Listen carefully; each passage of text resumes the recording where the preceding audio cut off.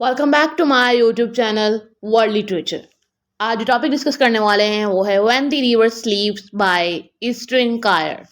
Eastern Kire का ये जो नॉवल है इसको आज डिटेल से डिस्कस करेंगे। इसमें जो है वो different point of view discuss किया गया है, डिफरेंट थीम डिस्कस किए गए हैं।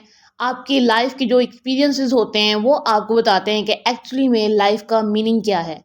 हमारे जो ड्रीम्स होते हैं, हमारी जो फैंटेसी होती है, हम जिन चीज़ों को कंसीडर करते हैं कि यही हमारे लिए इनफ हैं, लेकिन एट द एंड हमारी लाइफ का एक्सपीरियंस हमें ये बताता है कि जो हम सोचते हैं वो हमेशा जो है वो राइट नहीं होता है। एक्चुअली में नेचर ने कुछ और ही डिसाइड किया होता है।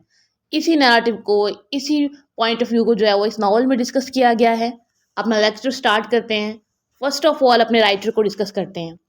राइटर ईस्टर्न कायर जो कि एक पोइट हैं, ऑथर हैं, करंटली जो हैं ये नॉर्दर्न नॉर्वे में रह रही हैं। इनकी जो राइटिंग्स हैं वो मोस्टली जो रियलिटीज़ हैं उन पे होती हैं, या फिर जो नागालैंड जो कि नॉर्थ ईस्ट इंडिया में है, यहाँ का जो स्पेसिफिक रीजन है उसके ऊपर इन्होंने मोस्टली अपनी राइटिंग्स लिखी हैं। कायर को लिखने की मोटिवेशन कहाँ से मिली, इन्होंने कुछ लाइंस में इसको सम अप किया है। I felt we needed to create written Naga literature. कि रिटन नागा लिटरेचर को जो है ना वो होना बहुत इंपॉर्टेंट है। We have so much oral narratives but with oral dying out. कि हमारे पास ओरल स्टोरीज हैं, लेकिन जो ओरल स्टोरीज हैं वो एक ना एक दिन जो है वो ख़त्म हो जाती हैं। It's all going to be lost. Apart from writing she also perform jazz poetry. So इसीलिए ताकि नागा लिटरेचर जो है वो सर्वाइव करे, और नागा लिटरेचर की डेवलपमेंट के लिए इन्होंने जो है वो नागा रीजन को जो है वो सिलेक्ट किया और उसके ऊपर जो है वो अपनी राइटिंग्स लिखी। इसके अलावा इन्होंने जो है वो अपनी जैज पोइट्री भी जो है वो अपने बैंड के थ्रू परफॉर्म भी की है। नॉवल का ओवरऑल व्यू देख लेते हैं कि आज की जो स्टोरी है उसमें एक्चुअली मेजर थीम क्या है, या फिर हम स्टोरी किसके अबाउट जो है वो डिस्कस करने वाले हैं। करेक्टर है विली, जो कि एक अंगामी मैन है नागालैंड में। अब नागालैंड में जो है ना ये रहता है, और ये स्लीपिंग रिवर से बहुत ज़्यादा ऑब्सेस्ड है कि वहाँ पे एक मैजिकल स्टोन है। अगर उसको वाटर के नीचे से कोई निकाल ले तो उस इंसान के पास बहुत ज़्यादा जो है वो पावर आ जाएगी। वो वर्ल्ड की कोई भी चीज़ जो है वो उसको गेन कर सकता है, लाइक वुमेन पावर, या फिर वॉर के अंदर जो है वो भी उसमें भी जीत सकता है with the help of this stone. इसीलिए वो एक एपिक जर्नी जो है वो डिसाइड करता है उस स्टोन को जो है वो पाने के लिए। इस नॉवल में यही स्टोरी है, लेकिन इस नॉवल में एक मेन पॉइंट ये है कि जब इस स्टोन को वो हासिल कर लेता है, उसको जो है वो अचीव कर लेता है, देन जो है इसको पता चलता है कि जो उसकी इमेजिनेशन थी कि इस स्टोन के बाद मैं बहुत पावरफुल बन जाऊंगा, वो टोटली रॉन्ग थी। एक्चुअली में उसकी स्पिरिचुअल जर्नी स्टार्ट हो जाती है वहाँ से। अब वो किस तरह से होगी ये नॉवल के एंड पे हमें पता चलेगा। अपने नॉवल की स्टोरी को डिस्कस करते हैं। नॉवल जो है वो पास्ट और प्रेजेंट की हमें स्टोरी बताता है। फर्स्ट ऑफ ऑल विली जो करेक्टर है, हमारा मेन प्रोटैगनिस्ट है स्टोरी का, उसका पास्ट बताया जाता है। देन उसकी जो प्रेजेंट टाइम की स्टोरी है वो बताई जाती है नॉवल में। ये बताया जाता है कि अब जो विली है अपने पास्ट की वजह से प्रेजेंट में इस टाइप का जो है वो पर्सन बन चुका है, या फिर जो उसकी पर्सनैलिटी है वो उसके पास्ट की वजह से है। अब जो है वो विली 48 ईयर्स ओल्ड एक लॉन हंटर है जो कि फॉरेस्ट में रहता है। वहाँ पे उसको जॉब मिली है केयर टेकर की। अब ये फॉरेस्ट में तो रहता है, लेकिन इसके पास के बारे में बताया जाता है कि 18 ईयर्स की जब विली की एज थी उस टाइम पे ये एक गर्ल से जो है ना वो लव करता था। अब उस गर्ल की जो है वो डेथ हो जाती है। बिकॉज ये गर्ल और विली एक दूसरे के बहुत क्लोज थे, इसलिए सभी विलेजर्स को लगता था कि मे बी इसकी सून ही जो है वो इनकी मैरिज हो जाएगी। बट उस गर्ल की जो है वो एक मिस्टीरियस वे में डेथ हो जाती है। वो जाती है एक ट्री पे। अब ट्री पे जाती है तो उसको वहाँ पे एक ब्लैक मैन नज़र आता है। अब वहाँ पे इसके साथ और गर्ल्स भी होती हैं, उनमें से किसी को भी कुछ नज़र नहीं आता, लेकिन इसको नज़र आता है। अभी जो गर्ल हर्ब्स लेने गई होती हैं उस ब्लैक मैन से इतना डर जाती है कि जब ये घर आती है उसको हाई फीवर हो जाता है, और उस हाई फीवर की वजह से उसकी जो है वो डेथ हो जाती है।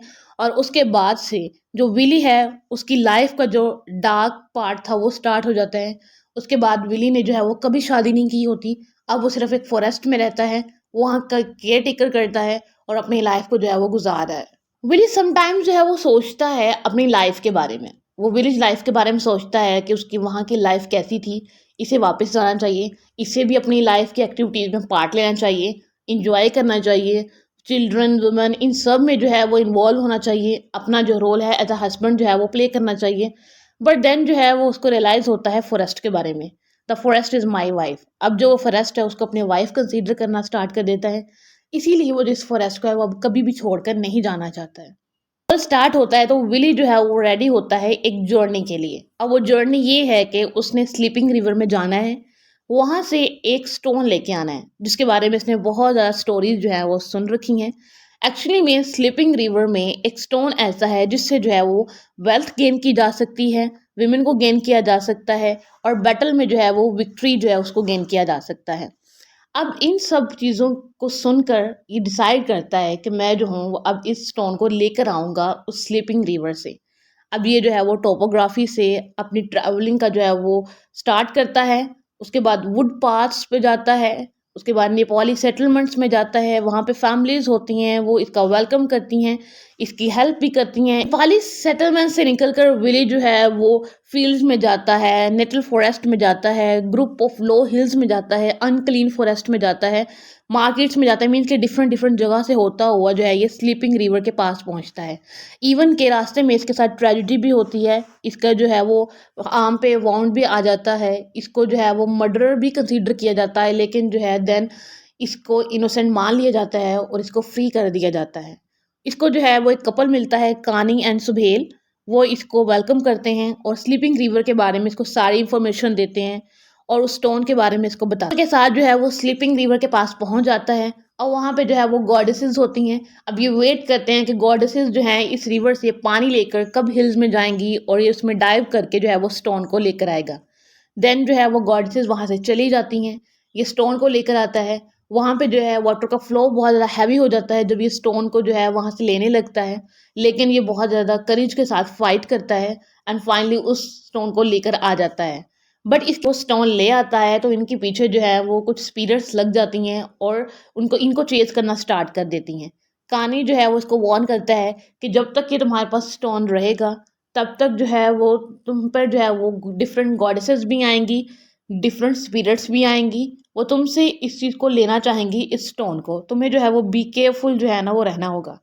कानी जो है वो इसको सेव करता है क्योंकि उसके पास कुछ पावर्स थी और इन गॉडेसेस को कहता है कि रिट्रीट करो हमें। विली को पता चलता है कि अब उसके पास हार्ट स्टोन है तो अब इसके एडवेंचर्स की जो है ना वो जर्नी स्टार्ट हो चुकी है। सुहेल जो है वो भी इसको वार्न करता है कि अब तुम्हारे पास जो है वो डेंजर बहुत ज़्यादा बढ़ गया है क्योंकि ह्यूमंस और स्पिरिट्स जो हैं वो इस हार्ट स्टोन को तुमसे स्टील करने की ट्राई करते रहेंगे। अब ओल्ड जो वो कपल होता है वो इसको सारी इंफॉर्मेशन देकर इसका जो है एक दूसरे से ये डिपार्टेड हो जाते हैं और देन ये अपनी विलेज की तरफ विलेज जो है वो अगेन की तरफ अपनी जर्नी को अगेन स्टार्ट कर देता है। अब जब ये जा रहा होता है अपने विलेज की तरफ, बहुत ज़्यादा डेंजर है, सफरिंग है इसके। अब जब इसकी जर्नी में जो है वो डिफरेंट मर्डर्स हो रहे हैं उस स्टोन की वजह से, कभी जो है वो उस स्टोन को जो है कोई स्पिरिट आ रही है, कोई ह्यूमन आ रही है, वो चुराने की कोशिश कर रहे हैं ताकि जो है वो पावर लेके जो है वो अपना जो रिवेंज है वो ले सके। इवन के एक ने तो इससे वो स्टोन ले लिया, उसकी वजह से पूरा विलेज जो है वो डिस्ट्रॉय हो गया। वहाँ से ये जो भागता है देन विली, और उसके बाद इसको रियलाइज़ होता है कि ये कितना डेंजरस है। इसकी देन जो है वो मीटिंग एड से होती है। विली जो है वो एड की हेल्प करता है और उसको जो है वो लाइफ दोबारा लेने में उसकी हेल्प करता है। अब जो है अभी अपने विलेज की तरफ जब वापस आ रहा होता है तो इसको जो है वो एक बेबी मिलता है, ये उस बेबी को भी उठा लेते हैं, उसको सेव कर लेते हैं उसकी लाइफ को। देन इसको रियलाइज़ होता है कि वेल्थ कितनी मीनिंगलेस है और ये जो ट्रायर प्रॉमिस करता है ये हार्ट स्टोन, ये एक्चुअली में इसके थ्रू हमें अपनी स्पिरिचुअल जर्नी का पता चलता है कि हम जिस चीज़ को वेल्थ कंसीडर करते हैं, हम जिस चीज़ को अपना कंफर्ट कंसीडर करते हैं, वो एक्चुअली में हमारे लिए डिसकंफर्ट कभी कभी बन जाता है। जैसे कि अब इसके पास हार्ट स्टोन आया है तो इसकी लाइफ को बहुत ज़्यादा डेंजर जो है वो इंक्रीज हो चुका है, इसकी लाइफ की जो डिफ़िकल्टीज़ हैं वो इंक्रीज हो चुकी हैं। अब जो इसके पीछे हैं वो ह्यूमंस भी हैं, स्पिरिट्स भी हैं, गॉडेसेस भी हैं उस स्टोन को लेने के लिए, कि एक्चुअली में ये हार्ट स्टोन नहीं है जिसकी वैल्यू है, एक्चुअली में उस विजडम की वैल्यू है जो कि इसने लर्न की है, जो कि इसके क्रिएटर ने इसको दी है इसकी जर्नी के दौरान, जो कि इसने स्लीपिंग रिवर से आने और जाने के दरमियान की थी। एक्चुअली में अब जो है ये एक डिफरेंट पर्सन बन चुका है। जो स्लीपिंग रिवर जाने से पहले था, अभी टोटली एक डिफरेंट पर्सन है, क्योंकि इसने जो है वो लाइफ की रियलिटी को एक्सेप्ट कर लिया है और इस चीज़ को एक्सेप्ट कर लिया है कि जो हमारा क्रिएटर है, जो नेचर है, जिसने हमें बर्थ दी है, वो हमारे लिए बेस्ट प्लानिंग करते हैं। और जिन चीज़ों को हम अपने बेनिफिट्स के लिए यूज़ करते हैं, वो एक्चुअली कभी कभी हमें डिसएडवेंचर्स देती हैं, जैसे कि विली को स्टोन ने दी थी। आई होप कि आपको ये जो स्टोरी है वो इंटरेस्टिंग लगी होगी। वीडियो को लाइक और शेयर और चैनल को ज़रूर सब्सक्राइब कीजिएगा। Thanks for watching my channel.